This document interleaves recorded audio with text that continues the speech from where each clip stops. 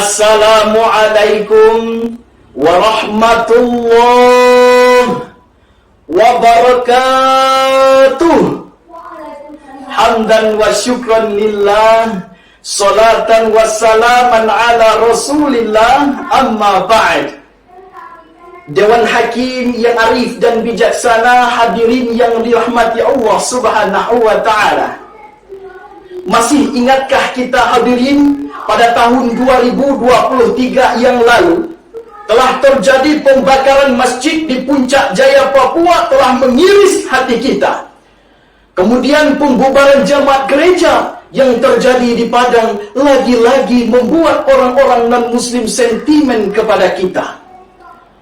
Ditambah dengan vandalisme yang terjadi di mushola, bahkan antar agama, yang membuat negeri ini terpecah belah, bak hilang marwah, bagaikan negara tak punya arah.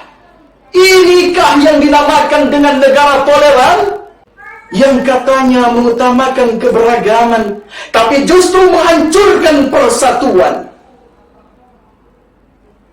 Mirisnya lagi, saudara-saudaraku, pelaku perusak perdamaian itu sendiri muncul dari kalangan generasi milenial. Lalu, bagaimanakah pesan Al-Quran dalam persoalan tersebut? Maka sebenarnya peran generasi muda, peran generasi milenial menjadi penentu ke depannya bangsa Indonesia dalam hal perdamaian di tengah-tengah keberagaman. Maka pada kesempatan yang penuh barakah, saya akan menyampaikan tausiah dengan judul Pesan Al-Quran bagi generasi muda dalam toleransi menuju Indonesia emas dan damai. Allah subhanahu wa ta'ala berfirman di dalam Al-Quran, surah Al-Anbiya ayat 106 sampai 107. A'udzu billahi minasy syaithanir rajim. Bismillahirrahmanirrahim. Inna fi hadza labalaghan liqaumin 'abidin wa ma arsalnaka illa rahmatan lil 'alamin. Shadaqallahul azim. Apa kata Allah, hadirin? Sesungguhnya di dalam Al-Quran ini benar-benar terdapat pesan yang jelas bagi kaum penyembah Allah. Kami tidak mengutus engkau, Nabi Muhammad, kecuali sebagai rahmat bagi seluruh alam.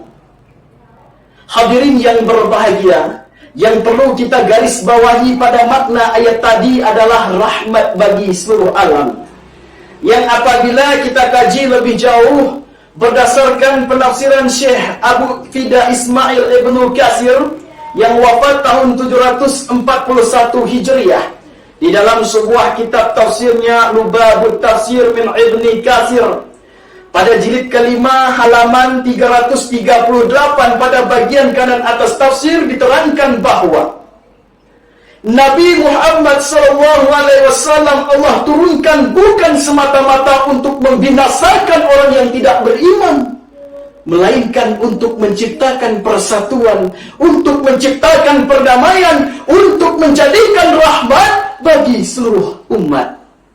Maka untuk menciptakan persatuan, menciptakan perdamaian ini, hadirin, tidak ada cara yang paling tepat selain dengan memaksimalkan peran generasi muda saat ini untuk bersikap ramah, saling toleransi, dan penuh kasih sayang tanpa memandang perbedaan agama, sehingga nantinya dapat mewujudkan Islam yang rahmatan lil alamin sebagaimana yang dipesankan dalam ayat tadi. Dan pada akhirnya, hadirin, akan bermuara untuk menuju Indonesia emas dan damai ke depannya. Sejalan dengan hal itu, Profesor Dr. Wahbah Az-Zuhaili juga mengungkapkan, beliau ini lahir pada tahun 1351 Hijriah. Di dalam sebuah kitab tafsirnya Al-Munir, juz 1 halaman 298, beliau mengatakan seperti ini, hadirin. Sikap toleransi antar umat beragama sudah seharusnya menjadi kesadaran penuh bagi terlebih para generasi muda. Karena generasi muda lah yang memegang kunci persatuan. Karena generasi muda lah yang memegang kunci perdamaian. Karena generasi muda lah yang memegang kunci kesejahteraan bangsa Indonesia ke depan. Sebab dengan nilai toleransi dapat menciptakan perdamaian. Dengan nilai toleransi kerukunan dapat tercipta di mana-mana. Dengan toleransi juga dapat meminimalisasi perilaku kontraproduktif terhadap kerukunan umat beragama. Dan dengan toleransi juga hadirin dapat mempersatukan umat manusia tanpa memandang latar belakang agama masing-masing.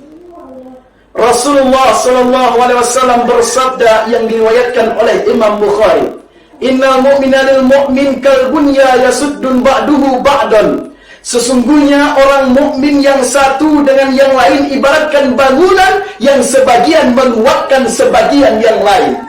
Kemudian kita ingat apa yang dipesankan oleh Imam Ali As-Sabuni di dalam Suhwatut Tafasirnya mengatakan, "Lita'arafu ay liyahsil bainakumut ta'aruf wa ta'allaf."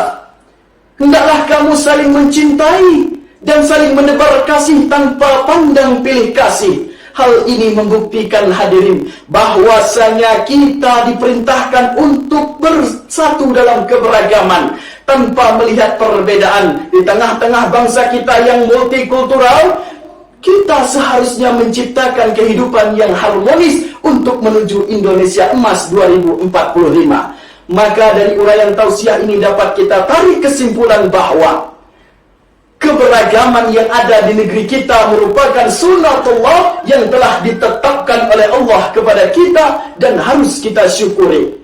Lalu apa yang bisa kita lakukan? Nih, sebagai generasi muda, sebagai generasi milenial, sebagai generasi Z saat ini, marilah kita bersikap untuk saling menghargai, untuk saling menghormati, untuk saling berkasih sayang tanpa memandang perbedaan agama, yang nantinya untuk mencapai semboyan negara kita Bhinneka Tunggal Ika. Walaupun kita berbeda-beda, namun tetap satu nusa, satu bangsa dan satu bahasa. Bersatu kita teguh, bercerai kita runtuh.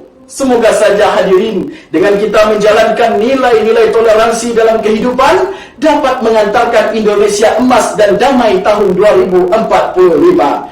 Demikian yang dapat saya sampaikan. Lebih dan kurang mohon dimaafkan. Buah durian, buah duku. Cukup sekian dan thank you. Buah selasih dicampur kelapa. Terima kasih. Sampai jumpa. Wassalamualaikum warahmatullahi wabarakatuh.